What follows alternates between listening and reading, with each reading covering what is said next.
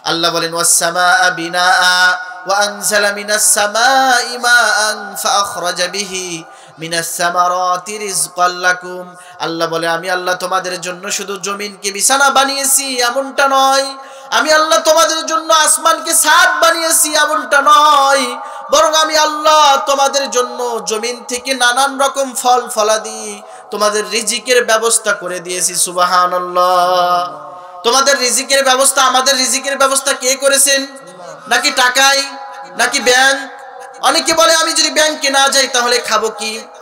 অনেকে বলে আমি যদি রাষ্ট্রে না যাই কিংবা আমি যদি কাম না করি খাবো কি? কাম তো এটা ওসিলা, খাওয়াই কে? তার উপরে তাওয়াক্কুল আছে তো? কথা বলেন, তার উপরে তাওয়াক্কুল আমাদের আছে তো? নাকি চাকরির উপরে তাওয়াক্কুল?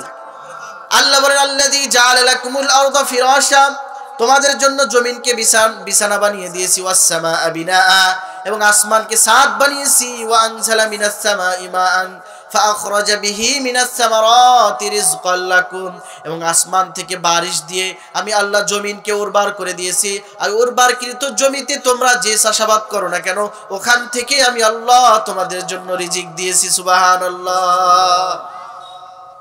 ফাআখরাজা বিহি মিনাস সামারাতি রিজকাল লাকুম ফালা তাজআলু লিল্লাহি আনদাদাও ওয়া আনতুম তা'লামুন। আল্লাহ বলেন খবরদার, জানিয়া বুঝিয়া তোমরা আমি আল্লাহর সাথে সমকক্ষ দাঁড় করিও না। কত সুন্দর কথা!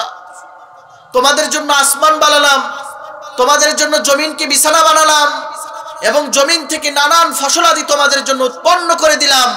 তো খবরদার হে গোলাম, খবরদার, আমি আল্লাহর সাথে ফালা তাজআলু লিল্লাহ, আল্লাহর সাথে সমকক্ষ বানিও না, আল্লাহর সাথে শিরিক করো না।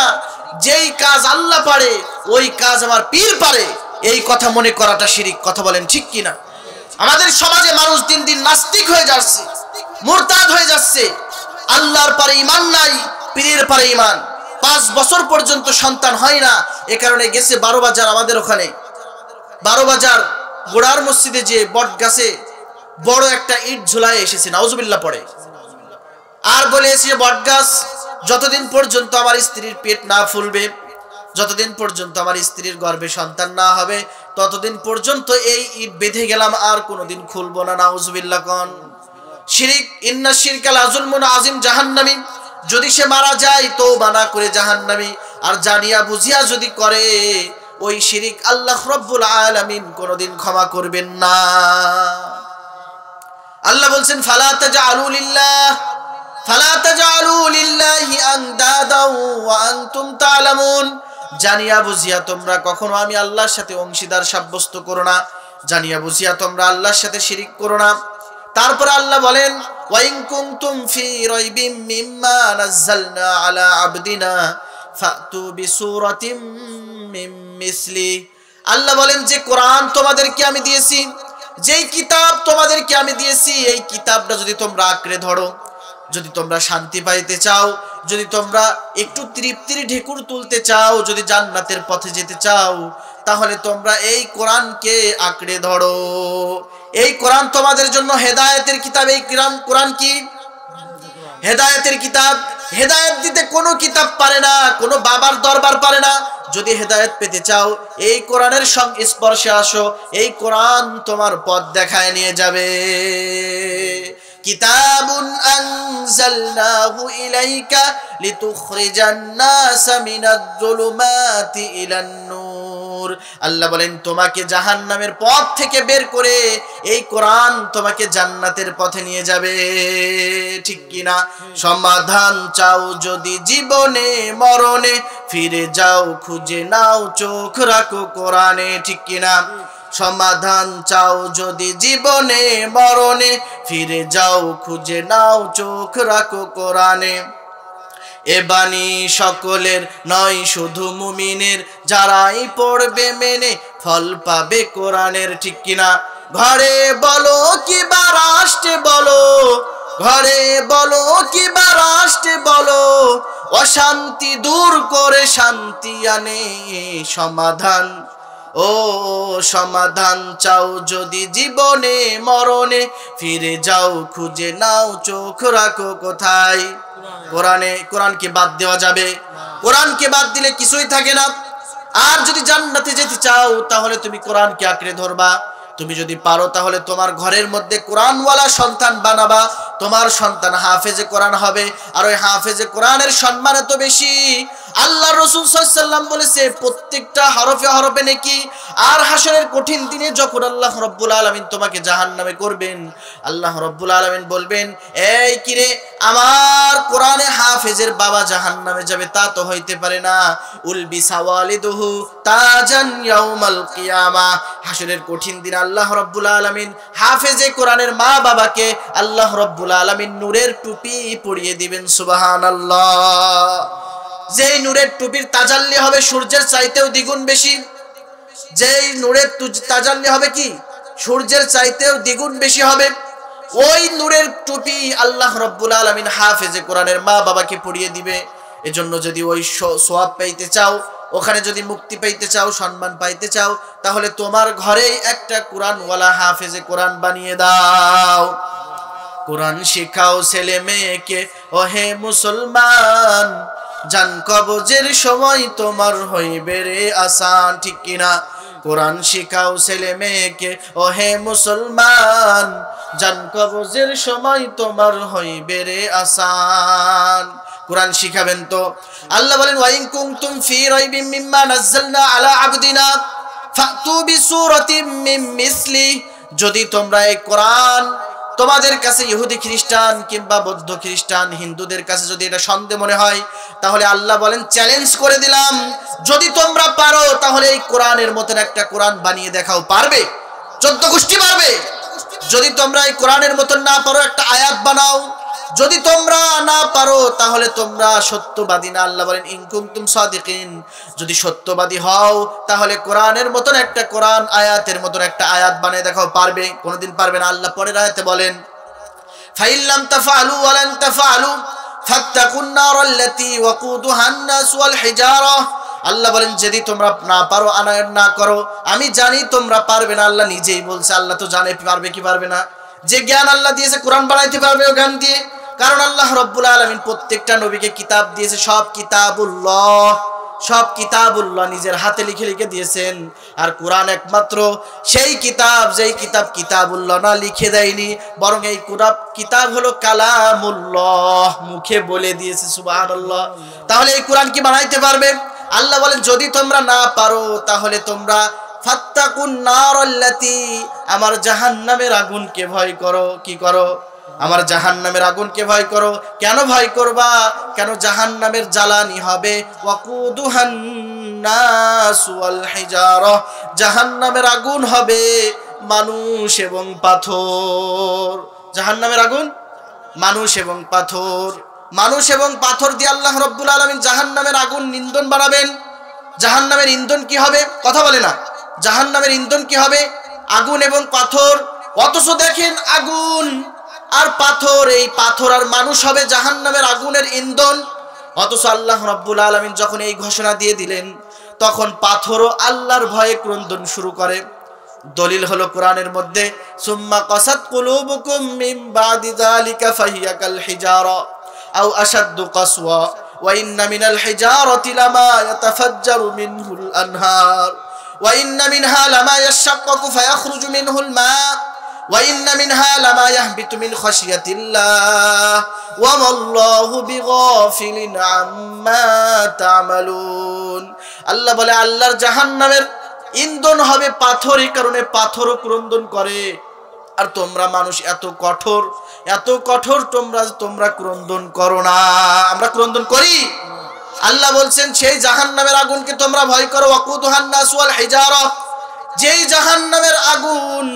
যেই জাহান্নামের আগুনের ইন্ধন হবে মানুষের। আয়াতে বলেন ওয়াবাশশিরিল্লাযিনা আমানু ওয়া আমিলুস সালিহাতি আন্না লাহুম জান্নাতিন তাজরি মিন তাহতিহাল আনহার।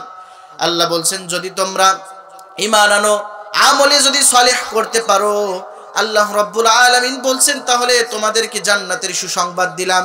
এমন জান্নাতের সুসংবাদ দিলাম যেই জান্নাতের তলদেশ দিয়ে নদী প্রবাহিত হয়। কুল্লামা রুজিকু মিনহা মিন সামারাতির রিজকান ক্বালু হাযাল্লাযী রুজিকনা মিন ক্বাব আল্লাহ বলেন তোমাদের শুধু জান্নাত দেব এমনটা নয়, বরং জান্নাতের মধ্যে আমি তোমাদের ফলমূল খেতে দিব। শুধু জান্নাত দিব এমনটা, জান্নাতের মধ্যে আল্লাহ রাব্বুল আলামিন ফল ফুল দিবেন নানান রকম। জান্নাতীরা বলবে আল্লাহ এত সুন্দর ফল আমরা তো দুনিয়াতেও খেয়েছি, কিন্তু স্বাদ ভিন্ন, এক একটা ফলের স্বাদ বিভিন্ন রকম, ভ্যারাইটিস রকম। এদিকে খেয়াল করেন, এক একটা ফলের স্বাদ বিভিন্ন ভ্যারাইটিস রকম হবে। ওয়াবাশশিরিল্লাযীনা আমানু ওয়া আমিলুস সালিহাতি আন্না লাহুম জান্নাতিন তাজরি মিন তাহতিহাল আনহার কুল্লামা রুযিকু মিনহা মিন সামারাতির রিজকান ক্বালু হাযাল্লাযী রুযিকনা মিন ক্বাবল ওয়া উতু বিহি মুতাশাবিহা ওয়া লাহুম ফীহা আজওয়াজুম মুতাহহারাতু ওয়া হুম ফীহা খালিদুন। আল্লাহ বলে আমি আল্লাহ তোমাদেরকে শুধু নাস্তা করাবো এমনটা নয়, বরং আমি আল্লাহ রব্বুল আলামিন তোমাদেরকে পবিত্র বিবি দিব, পুকো পবিত্র হুর দেব। হুরে গিলমান जितने नियामत है तू सबसे बढ़कर नियामते दीदार तू। হুর গিলমান জান্নাতে সবচেয়ে বড় নিয়ামত, তার চাইতেও বড় নিয়ামত হলো আল্লাহ তাআলার সাক্ষাৎ। আল্লাহ তাআলার মুসা নবী আল্লাহ তাআলাকে দেখার জন্য কত কিছু করেছে।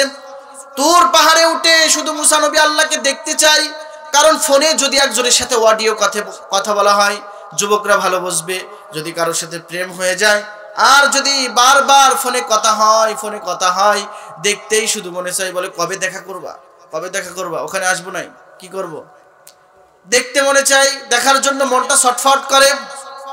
তো মুসা নবী শুধু অডিও কলে আল্লাহর সাথে কথা বলে, দেখতে মনে চাই। আল্লাহ তাআলা বলে খবরদার দেখতে চেও না। মুসা নবী বলে আল্লাহ আমি আপনাকে দেখতে চাই, বলে দেখা যাবে না, চর্মচক্ষু দিয়ে দেখা যাবে না। লাং তারানি, কি করে তুমি দেখবা, দেখার কোনো সুযোগ নাই, দেখতে পারবা না। তারপরে মুসা নবী নাছর বান্দা, আল্লাহ বললেন পাহাড়ের পাশে তাকাও, সেখানে আল্লাহর নূরের একটা তাজাল্লি ঝাড়লেন, আর সেখানে মুসা নবী বেহুশ হয়ে পড়ে গেলেন। তাহলে আল্লাহকে দেখতে হলে জান্নাতে যেতে হবে, জান্নাতে ছাড়া আল্লাহকে দেখা যাবে, জাহান্নামে কি দেখা যাবে নাকি? জান্নাতে যেতে হবে। আল্লাহ রাব্বুল আলামিন সূরা রহমান তেলাওয়াত করে শোনাবেন। জান্নাতীদের এত সুন্দর নিয়ামত আর কি, যে রব্বুল আলামিন জান্নাতীদেরকে জান্নাতের মধ্যে সূরা রহমান নিজের কণ্ঠে শোনাবেন, কত সুন্দর হবে। যেই কালামুল্লাহ নিজে দিলেন ওই কালামুল্লাহ নিজে তেলাওয়াত করে শোনাবেন, আর মানুষগুলো পাগল পারা হয়ে যাবে। এজন্য সম্মানিত ভাইয়েরা, আমাদের কাজ হবে ইবাদত করা। ইবাদত যদি করতে পারি, যদি আল্লাহ তাআলার প্রিয় হতে পারি, তাহলে রব্বুল আলামিন আপনাকে আমাকে জান্নাত দিবেন, এমন জান্নাত দিবেন যেই জান্নাতের তলদেশ দিয়ে নদী প্রবাহিত হয়। তো যে আয়াতে কারিমা প্রথমেই তেলাওয়াত করেছিলাম ওই আয়াত থেকে কিছু না বললে তো হয় না। আল্লাহ বলেন ওয়াসারিউ ইলা মাগফিরাতিম মির রাব্বিকুম ওয়া জান্নাতিন আরদুহাস সামাওয়াতু ওয়াল আরদ। আল্লাহ বলেন তোমরা প্রতিযোগিতা করো, দৌড়াও। কি করো?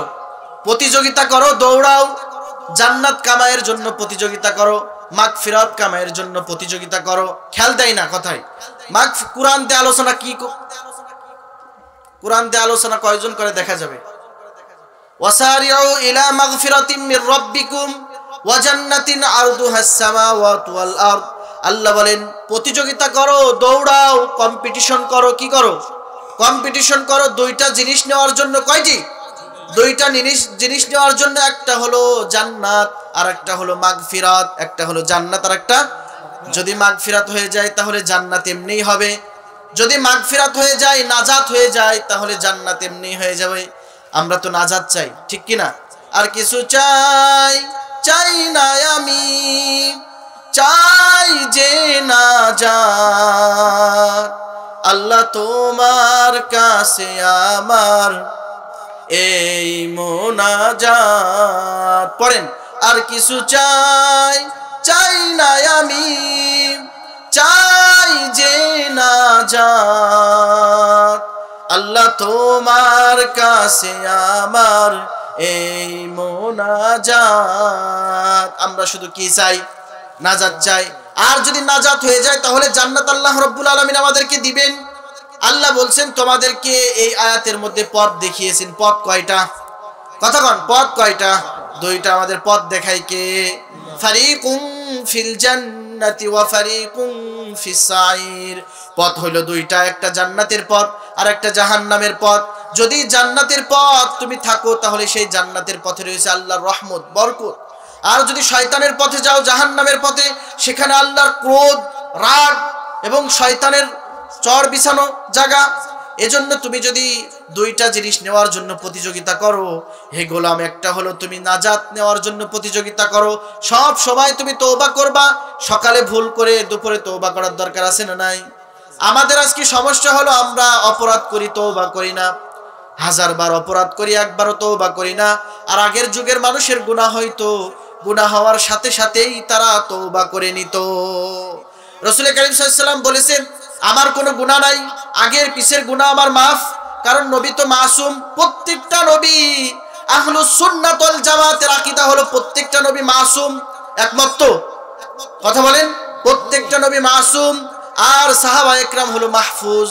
সাহাবা একরামের গুনাহ হয়েছে, কিন্তু কোন সাহাবা একরাম গুনাহ নিয়ে অন্ধকার কবরে যায়নি, তওবা করে গেছে।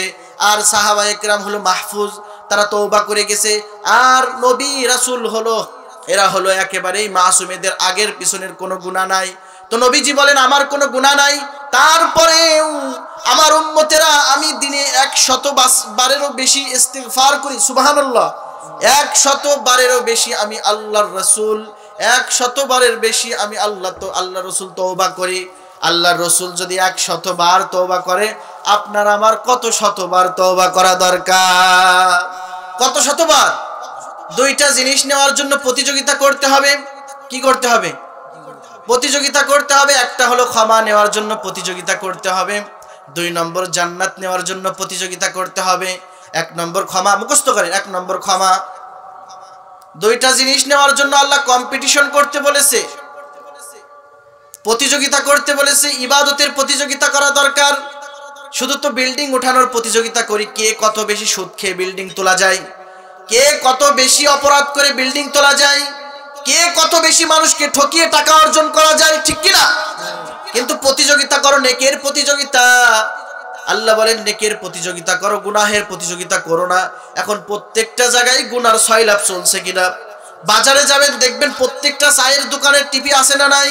আর এত উলঙ্গ ছবি চালায়, পাশের দোকানওয়ালা হিন্দি সিরিয়াল চালায়, আর পাশের আরেকটা দোকানওয়ালা বলে তুই হিন্দি চালালি কেন, আমি বাংলা চালাবো।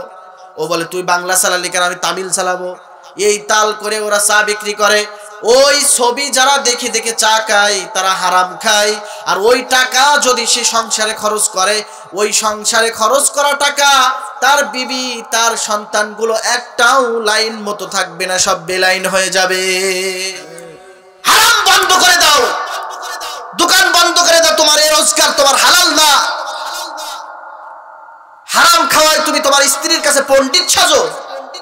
মাঠে নামো, রিক্সা নিয়ে নামো, নপাড়াই মনিরামপুর তুমি খ্যাত মারো, তোমার যে টাকা তোমার হবে ওটার থেকেই সংসার চালাও, আর তোমার বিবি তাতেই খুশি থাকবে। তুমি টিভির দোকানে তুমি নর্তকীদের গান লাগিয়ে চা বিক্রি করো, হারাম। টিভি বাদ দিয়ে দেন ভাইরা। আমি আপনাদের গরম দিতে চাই না কিংবা তেজস্বী ভাবে বলতে চাই না, আমি চাই যে আপনারা ফিরে আসেন। কেন আপনি ওইগুলো করবেন? আপনি এমনিই টিভি বাদ দিয়ে এমনিই চা বিক্রি করেন, দেখবেন আপনার নামাজি মানুষগুলো সব আপনার দোকানে যাবে। 1-2 দিন আপনার দোকানে বেচা কিনা হবে না, কিন্তু তারপর বেচা কিনা হবে কিনা, আল্লাহ আপনার রহমত দিবে কিনা। ওই যে এক বুজুর্গ মানুষ একজনের বাড়িতে কাম করে, কামের আগে বলে দিয়েছে ভাই আমি আপনার বাড়িতে কাম করতে রাজি আছি, বাজার মূল্য হলো 2 টাকা, আপনি আমাকে 2 টাকা দিবেন না 1 টাকা দিবেন। লোকটি বলল ভাই কেন, সবাই তো বেশি চায়, আপনি কম চান? বলে আমি আপনার কাছ থেকে 2 টাকা নিব না 1 টাকা নিব, কারণ হলো আমি আপনার কাছ থেকে একটু রুখসত চাই। মাঝে মধ্যে সমাজের মধ্যে এই দিনের মধ্যে 5 বার আজান দিবে, 3 বার আজান দিবে, জোহর আসর মাগরিব আজান দিবে, আমি এই 3 ওয়াক্ত কাজ করতে চাই না, আমি নামাজে যাব, তাই 1 টাকা করে আপনার কাছে নিব। তাহলে দেখেন টাকা বেশি নিবে না, 1 টাকা কম নিবে শুধু নামাজে যাওয়ার জন্য। আল্লাহ তাআলা ওই 1 টাকার বদৌলতে ফেরেশতার মাধ্যমে তার পকেটে আরো শত শত টাকা ঢুকায় দিয়েছে। সুবহানাল্লাহ। তাহলে দেখেন যদি ইয়াকিন থাকে আপনার হালালের উপরে, তাহলে হালালের উপরে আপনার সংসার চলবে, বাধা থাকবে না। এ কারণে সম্মানিত ভাইরা, হালালের সাথে আমাদের সম্পর্ক, হারামের সাথে আমাদের কোনো সম্পর্ক নাই। তো আল্লাহ বলছেন ওয়াসারিউ ইলা মাগফিরাতিম মির রাব্বিকুম ওয়া জান্নাতিন আরদুহাস সামাওয়াতু ওয়াল আরদ। 2টা জিনিস নেওয়ার জন্য প্রতিযোগিতা করো হে গোলাম। একটি হলো তওবা করো, একটি হলো তুমি ক্ষমা চাও, আর আমি আল্লাহর কাছ থেকে জান্নাত কামাই করে নাও। যদি ক্ষমা হয়ে যায় তাহলে জান্নাত এমনিই হবে। আর আল্লাহ রাব্বুল আলামিন বলেন ওয়াইদ্দাত লিল মুত্তাকিন, আর এটাই হলো মুত্তাকিনদের গুণ। এটাই হলো আল্লাহ পরের আয়াতে বলেন আল্লাযীনা ইউনফিকুনা ফিস সাররাই ওয়াদ দাররাই ওয়াল কাযিমিনাল গায়জ ওয়াল আফিনা আনিন নাস। আল্লাহ বলছেন আল্লাযীনা ইউনফিকুনা ফিস সাররাই ওয়াদ দাররা, আল্লাহ বলছেন মুত্তাকি তারা, মুত্তাকি কথা বলেন, মুত্তাকিদের চারটি বৈশিষ্ট্যের কথা আপনাদের, পাঁচটি বৈশিষ্ট্যের কথা আপনাদের কাছে খুব দ্রুত বলবো। তো পাঁচটি বৈশিষ্ট্যের কথা আমরা শুনবো। কয়টি বৈশিষ্ট্যের কথা? আল্লাযীনা ইউনফিকুনা ফিস সাররাই ওয়াদ দাররা, আল্লাহ রাব্বুল আলামিন বলছেন যারা মুত্তাকি হতে চায়, মুত্তাকিদের এক নম্বর গুণ হলো তারা সুখে দুঃখে দান করে। তারা সুখে দুঃখে কথা কয় না, তারা সুখে দুঃখে দান করে। তো আল্লাহ বলেন আল্লাযীনা ইউনফিকুনা ফিস সাররাই ওয়াদ দাররা, আল্লাহ বলছেন যারা সুখে দুঃখে দান করে। সুখে দুঃখে, সুখ আর দুঃখ, সুখ বলতে টাকায় ভরপুর, তাই তো? আমরা সুখ বলতে টাকায় ভরপুর মনে করি। যাদের টাকা আছে তারা সুখে আছে, যাদের টাকা নাই তারা দুঃখে আছে। তারা সুখে আছে কিন্তু এটাই তো হাইসিয়াত, এটাই তো বলে, মানে উপরের দিক থেকে যেটা বোঝা যায়। তো আল্লাহ বলছেন যারা সুখে দুঃখে দান করে তারাই হলো মুত্তাকি, যারা সুখে দুঃখে দান করে। আপনার এখন 1000 টাকা আছে, ওখান থেকে আপনি 100 টাকা দান করবেন। আপনার এখন কোনো টাকা নাই, মাত্র 5 টাকা আছে, এখন আপনার অভাব যাচ্ছে, অনাটন যাচ্ছে, আপনি সেখান থেকে 2 টাকা দান করবেন। এটাকে বলে সুখে দুঃখে। সুখে হলে 1000 টাকা, দুঃখে হলে 5 টাকা। 5 টাকায় 2 টাকা দান করলেন, 1000 টাকা 100 টাকা দান করলেন। যারা সুখে এবং দুঃখে দান করে তারাই হলো মুত্তাকি। তারাই কি? মুত্তাকিদের 5টি বৈশিষ্ট্যের মধ্যে একটি বৈশিষ্ট্য হলো সুখে দুঃখে দান করে। দান করার দরকার আছে না নাই? দান করলে আল্লাহ রাব্বুল আলামিন বান্দার উপরে খুশি হয়। আল্লাহ বলছেন ইন্নাল্লাহা আশতারা মিনাল মুমিনিনা আনফুসাহুম ওয়া আমওয়ালাহুম বিআন্না লাহুমুল জান্নাহ। আল্লাহ বলেন আমি আল্লাহ তোমাদের জন্য জান্নাত বানিয়েছি। এই জান্নাত আমি এমনিই দেব না, তোমাদের কাছে বিক্রি করে দিব। কিসের বিনিময়ে বিক্রি করব? দিনের জন্য যদি টাকা দাও তাহলে আমার জান্নাত কিনা হয়ে যায়। যারা দিনের জন্য টাকা খরচ করে তাদের কাছে আমি আল্লাহ জান্নাত বিক্রি করে দিয়েছি। সুবহানাল্লাহ। তাহলে জান্নাত কিনতে চান তো? কে কে চান? জান্নাত কিনতে কোটি কোটি টাকার প্রয়োজন হয় না, হাত নামাই। জান্নাত কিনতে কোটি কোটি টাকার প্রয়োজন হয় না।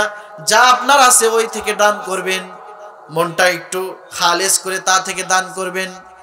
আল্লাযীনা ইউনফিকুনা ফিস সাররাই ওয়াদ দাররা, যারা সুখে দুঃখে দান করে তারাই হলো কি? তারাই হলো কি? তারাই হলো মুত্তাকি। মুত্তাকিন কাউকে জান্নাত দিবেন না, আর মুত্তাকি হতে হলে দান করতে হবে। মদিনার মধ্যে সবচাইতে গরিব সাহাবী হযরতে বেলাল হাবশী, নাম শুনেছেন তো? বেলাল হাবশী অত্যন্ত গরিব ছিল। এত গরিব ছিল হযরতে বেলাল, তার পরনের মধ্যে একটা মাত্র তোয়াইলে থাকতো। তোয়াইলে, যেই তোয়াইলের ফাঁকা দিয়ে তার লজ্জা স্থান দেখা যাইতো। অনেকে হয়তো হাসবেন, কিন্তু এত গরিব ছিল। হ্যাঁ, এত গরিব ছিল। আমাদের কি এমন আছে? এক একজনের 5 জোড়া জুতা, 7 জোড়া জুতা, কাপড়ের তো অভাব নাই, পুরনো কাপড়ের গাদা, অথচ দান করি না। আর এখন দান নিতেও চাই না, সবার আছে, ফকিরেরও কত কাপড়। অথচ হযরতে বেলাল কত গরিব ছিল। এত গরিব হযরতে বেলাল। এই হযরতে বেলালকে আল্লাহর রাসূল সাল্লাল্লাহু আলাইহি ওয়াসাল্লাম বলেছে আনফিক ইয়া বেলাল, ও বেলাল তুমি আল্লাহর রাস্তায় খরচ করো। কি করো? আল্লাহর রাস্তায় দান করো। আনফিক ইয়া বেলাল উনফিক আলাই, যদি তুমি আল্লাহর রাস্তায় খরচ করো আল্লাহ তোমাকে দান করবেন। অথচ মদিনার মধ্যে সবচাইতে গরিব সাহাবী হযরতে বেলাল। নিজের লজ্জা স্থান ঢাকার মতন কোনো কাপড় ছিল না হযরত বেলালের, কিন্তু এত গরিব হয়েও আল্লাহর রাসূল তাকে ডাক দিয়ে বলে বেলাল দান করো। দান করো না কেন? দান করো। আপনারা দান করবেন তো? যা আছে সে থেকে দান করতে হবে। তাহলে মুত্তাকিদের 1 নম্বর বৈশিষ্ট্য হলো মুত্তাকিরা দান করে, সুখে দুঃখে দান করে। 2 নম্বরে আসি। 2 নম্বর হলো ওয়াল কাযিমিনাল গায়জ, মুত্তাকিরা রাগ করে না। মুত্তাকিরা রাগ করে না। আজকে রাগের জন্য একজন আরেকজনের উপরে ঝাঁপিয়ে পড়ে তাকে হত্যা পর্যন্ত করে দিচ্ছে। কথা বলেন ঠিক কিনা? কিসের রাগ তোমার? এত অহংকার, রাগ কোথা থেকে আসে তোমার? রাগ বর্জন করতে হবে। এক সাহাবী এসে বলতেছে, ইয়া রাসূলুল্লাহ, আমি কি করব, একটা নসিহত করেন। আল্লাহ রাসূল বলছে, লা তাগদাব, রাগ করো না। নবীজির কাছে আবার বললেন, ইয়া রাসূলুল্লাহ, আবার একটা নসিহত করেন। নবীজি বললেন, লা তাগদাব, রাগ করো না। তৃতীয়বার আবার বললেন, ইয়া রাসূলুল্লাহ, নসিহত করেন। রাসূল বলল, লা তাগদাব, রাগ করো না। তিনবার একই কথা বললেন, তিনবার একই কথা বললেন, রাগ করো না, লা তাগদাব, রাগ করো না। নিজেকে রাগ মনে করে খুব বীর মনে করো। অনেকে সমাজে আছে রাগ দেখায়, ওর রাগের কারণে এলাকার মানুষ কথা বলতে পারে না। চামড়া তুলে দিবেন এই বেয়াদবগুলো, একসাথে হয়ে ঐক্য হয়ে এই চামড়া তুলে দিবেন যারা নেতা সাজে এলাকার মধ্যে। ফাজলামি করো অন্য জায়গায় যে করো, সমাজের মধ্যে এলাকার মধ্যে ফাউ রাগ করে তুমি আমাদেরকে দেখিও না। কথা বলেন ঠিক কিনা? কিসের রাগ তোমার? কিসের বাহাদুরি তোমার?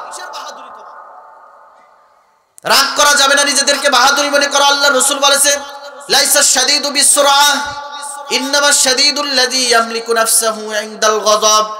রাগ করে কাউকে মেরে শোয়ায়ে দিলে, শক্তি দিলে, কারোর সাথে কুস্তিতে লড়িয়ে যদি তুমি নিজেকে বাহাদুরি দাবি করো, আল্লাহ রাসূল বলে ওইটা বাহাদুরি না, বরং বাহাদুরি হলো রাগের সময় নিজেকে নিয়ন্ত্রণ রাখা।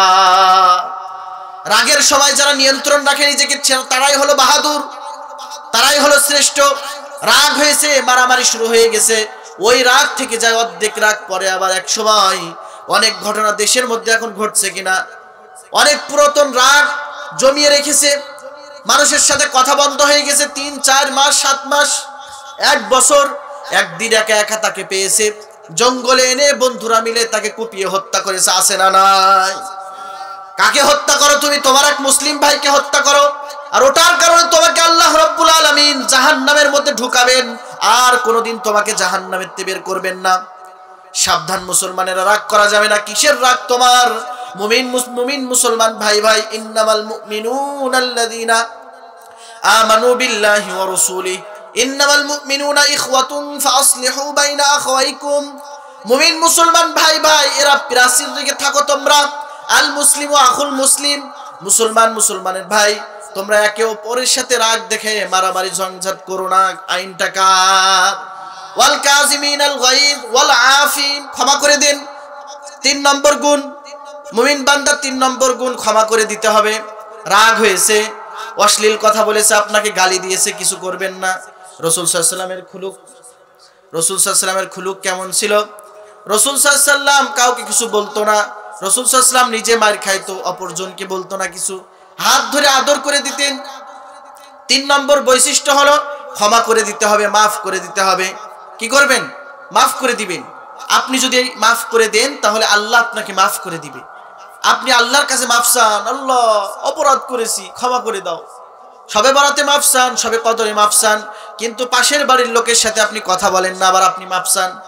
আপনি তার সাথে কথা বলে তাকে মাফ করে দেন, মিটায়ে দেন। আপনি তার সাথে কথা বলেন না, আল্লাহর কাছে মাফ চাইতে আপনার লজ্জা লাগে না? আপনি তো তাকেই মাফ করতে পারছেন না, তাহলে আপনি আল্লাহর কাছে মাফ চান কিভাবে? আপনি তাকে আগে মাফ করে আল্লাহর কাছ থেকে ক্ষমা নেন। কথা বলেন ঠিক কিনা?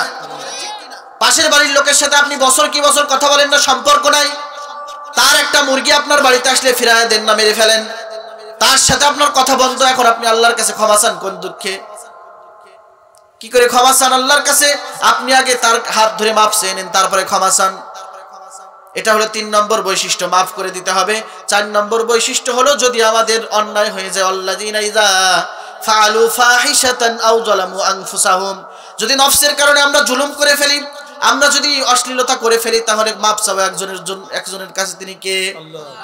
মাফ চাওয়া একজনের কাছে তিনি কে? আত্তাইবু মিনাজ যামবি কামাল লা যামবা লাহু। আল্লাহ রাসূল বলেন, যদি কেউ মাফ চায়, আল্লাহ তাআলা তাকে ধুয়ে মুছে পবিত্র বানিয়ে দেয়, এমন পবিত্র বানিয়ে দেয় যে সন্তান যখন মায়ের গর্ভ থেকে খালাস হয়, যেমন তার কোনো গুনাহ থাকতে পারে না, ওই তওবাকারী তার চাইতেও পবিত্র হয়ে যায়। সুবহানাল্লাহ। এজন্য সম্মানিত ভাইরা, আপনি মাফ চাবেন আল্লাহর কাছে, লজ্জা নাই। অপরাধ করেছেন, অন্যায় করেছেন, জুলুম করেছেন, নির্যাতন করেছেন, যদি এই যে এমপি গুলো নির্যাতন করেছে, এরা তো তওবা করে ফিরে আসে, এদেরকে কিছু বলা যাবে না, ঠিক কিনা? যদি তওবা করে অনুতপ্ত হয় রবের কাছে, কিন্তু এরা তো অনুতপ্ত হবে কি? এদেরকে দেখলাম আদালত থেকে আরেকটা আদালতে যখন নিয়ে যাওয়া হচ্ছিল, এক একটা মন্ত্রী এমপির যে মুখের হাসি দেখেই মিজাজ খারাপ হয়ে যাচ্ছে, কথা বলেন ঠিক কিনা? অথচ আলেমদেরকে হাতের মধ্যে ডান্ডা বেড়ি, পায়ের মধ্যে ডান্ডা বেড়ি, কোমরে দড়ি। খালিদ সাইফুল্লাহ আইয়ুবী অত্যন্ত একটা নমনীয় একজন মানুষ, তাকে পর্যন্ত তোমরা তাইনে হেসরে আদালতে নিয়ে গেছো, তোমরা অসুস্থ বানিয়ে ফেলেছো বিনা একজন নিরপরাধী মানুষকে। আল্লামা মামুনুল হককে তোমরা যেমন ভাবে কষ্ট দিয়েছো, আমির হামজাকে যেমন ভাবে তোমরা কষ্ট দিয়েছো, প্রত্যেকটা আলেমের হাতের মধ্যে রশি ছিল, পায়ের মধ্যে রশি ছিল।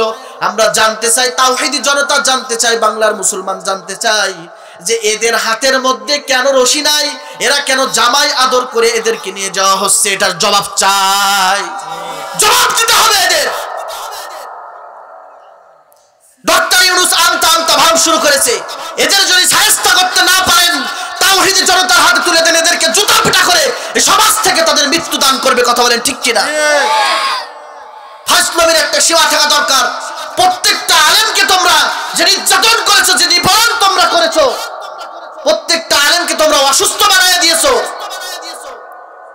তারা নিরপরাধ মানুষ, তারপরেও তোমরা তাদের সাথে যে অন্যায় করেছো, অথচ তোমরা এখন বিদেশ যে তোমরা ভুল স্বীকার না করে আবার বলো আমি আসি, যে কোনো টাইমে আমি ঢুকে যেতে পারি, চট করে ঢুকে যেতে পারি। আসো, তাওহীদি জনতা তোমার জুতোর মালা নিয়ে তোমার জন্য দাঁড়িয়ে আছে।